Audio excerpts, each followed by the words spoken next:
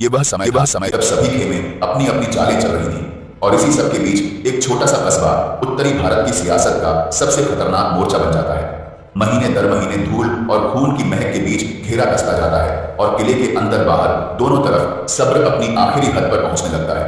यही वह मुकाम था जहां एक तरफ बदले की आग भड़की हुई है, दूसरी तरफ दिमाग, हिम्मत और सियासी दांव पर दांव लगे हैं। इसके बाद दिसंबर 1753 के आखिर में खांडे राव दिल्ली पहुंचा। वहां उसने अहमद शाह और इमाद उल मुल्क दोनों से साफ कह दिया कि वह अपने पिता मल्हार राव होलकर के आदेश पर आया है और उनका उद्देश्य केवल महाराजा सूरजमल के खिलाफ चल रही मुहिम में मराठा भागीदारी दिखाना है। उसने यह भी स्पष्ट कर दिया कि वह दिल्ली दरबार के अंदर चल रहे इमाद उल मुल्क और उसके प्रतिद्वंदी इंतजाम उल मुल्क के आपसी झगड़ों में कोई दखल नहीं देगा।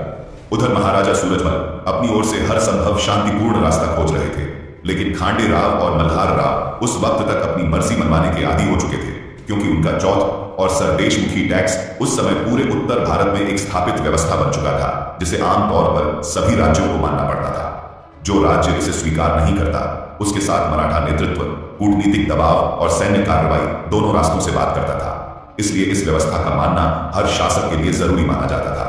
यही मुख्य कारण था कि महाराजा सूरजमल ने जमीन टटोल कर कदम रखा, क्योंकि यह वह दौर था जब हिम्मत और सब्र दोनों की जरूरत थी। उनके चारों ओर ऐसी ताकतें थीं जो उम्र में पुरानी, अनुभव में बड़ी, महत्वाकांक्षा में आगे और चालाकी में माहिर थी। एक भी गलत कदम और खतरा उनके दरवाजे तक आ जाता। खांडे राव और मल्हार राव के उलट महाराजा सूरजमल ने कभी अपनी हद से बाहर जाने की कोशिश नहीं की। उन्होंने पंडित रूपराम कटारिया को बातचीत के लिए पूरा अधिकार दिया। फिर भी रघुनाथ राव ने सीधा मांग रखी कि अगर महाराजा सूरजमल चैन से रहना चाहते हैं तो 2 करोड़ रुपए यानी 20 लाख चांदी के सिक्के अदा करें। रूपराम ने बड़ी सूझबूझ से जवाब दिया और 40 लाख रुपए देने की पेशकश की, जो उस दौर में किसी भी हिसाब से बहुत बड़ी रकम थी।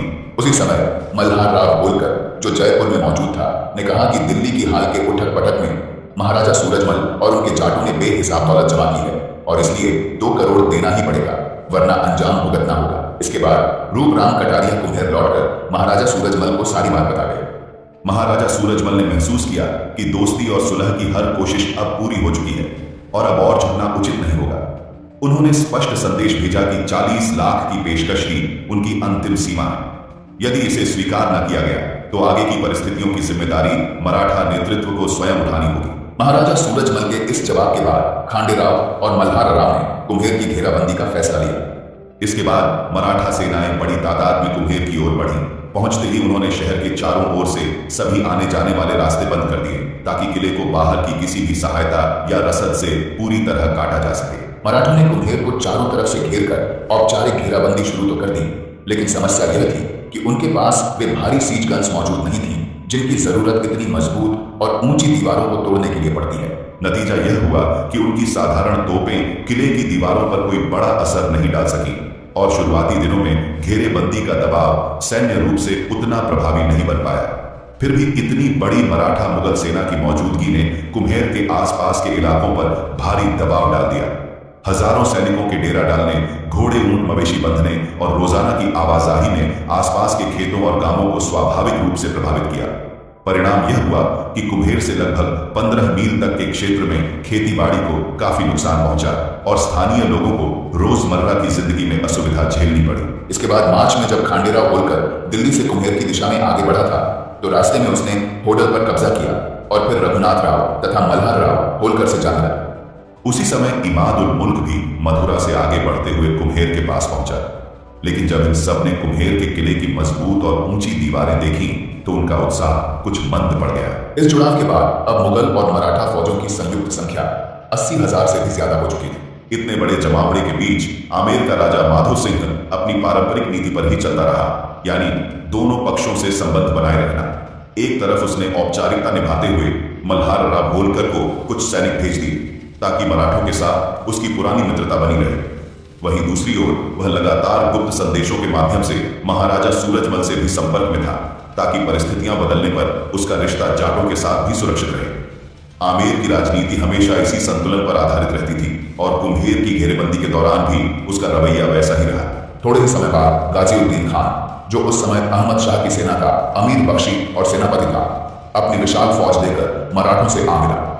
उसके साथ 25,000 से ज्यादा मुगल सैनिक थे। इस प्रकार कुछ ही समय में गाजिउद्दीन खान की यह फौज मराठों से मिल गई। जयपुर के राजा की बची हुई टुकड़ियों को मिलाकर अब कुम्हेर को चारों ओर से एक बेहद मजबूत 80,000 से भी अधिक सैनिकों की सेना ने घेर लिया था। यह उस युग की सबसे ताकतवर सेना मानी जाती थी, ऐसी सेना जो पूरे उत्तर भारत में और कहीं नहीं देखी गई थी। इतनी बड़ी सेना का जुटना अपने आप में इस बात का प्रमाण था कि जाटों की संख्या भी विशाल थी और वे उतने ही संगठित और जुझारू बन चुके थे। मगर इस असाधारण मुगल मराठा शक्ति के बावजूद महाराजा सूरजमल न तो डरे, न हिम्मत हारे और न ही वैसी जल्दी झुके जैसी दुश्मनों को उम्मीद थी। उस समय कुम्हेर का किला अपने आकार और बनावट में अन्य स्थानीय किलों जैसा ही था, लेकिन उसकी स्थिति ही उसका सबसे बड़ा फायदा था, क्योंकि यह एक विस्तृत रेतीले मैदान के बीचों बीच स्थित था, जहां चारों तरफ मीठे पानी का कोई स्रोत नहीं था।